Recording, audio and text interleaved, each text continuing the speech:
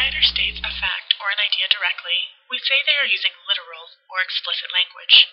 Phrases like the brown, crumbly dust of late summer, dirt roads and grassless yards, and even a brilliant splash of sunny yellow against the dust help the reader to visualize the setting of the story. Sometimes a writer might not be as direct, requiring the reader to read between the lines in order to determine the meaning. When a reader uses his own knowledge, intuition, and imagination, combined with the available facts to come to a conclusion, this is called inferential or implicit meaning. By taking the literal description of Miss Lottie's house and combining it with our own knowledge, we can infer more about Miss Lottie as a person. Beyond the dusty brown yard, in front of the sorry gray house, rose suddenly and shockingly a dazzling strip of bright blossoms clumped together in enormous mounds, warm and passionate and sun-gold. While this description helps to paint a picture of Miss Lottie's physical environment, we can dig deeper into the meaning by asking ourselves questions and adding our own insight to conclude that the marigold symbolized beauty and hope to Miss Lottie.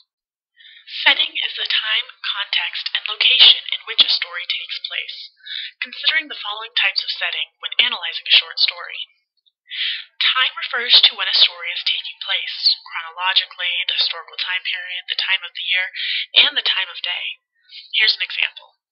The beginning of each Star Wars movie opens with the phrase, "A long, long time ago in a galaxy far, far away," followed by rolling text that helps to create the context for the movie. Place. The geographical location where the action of the story happens. Here's an example. The short story The Most Dangerous Game, by Richard Connell, takes place on a remote tropical island in the Caribbean. This island is known to sailors as Ship Trap Island. Social conditions. The social conditions of a story can include information about daily life, speech, dress, mannerisms, or customs. Here's an example. In The Marigolds, Eugenia Collier illustrates the use of social conditions with this quote, "We children, of course, were only vaguely aware of the extent of our poverty.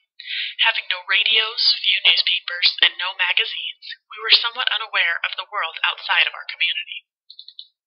Weather. An author can write about weather conditions to help create the setting. Here's an example.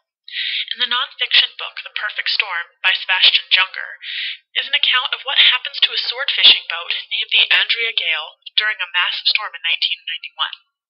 This storm of the century contained a hurricane and rove waves that rose to 100 feet tall.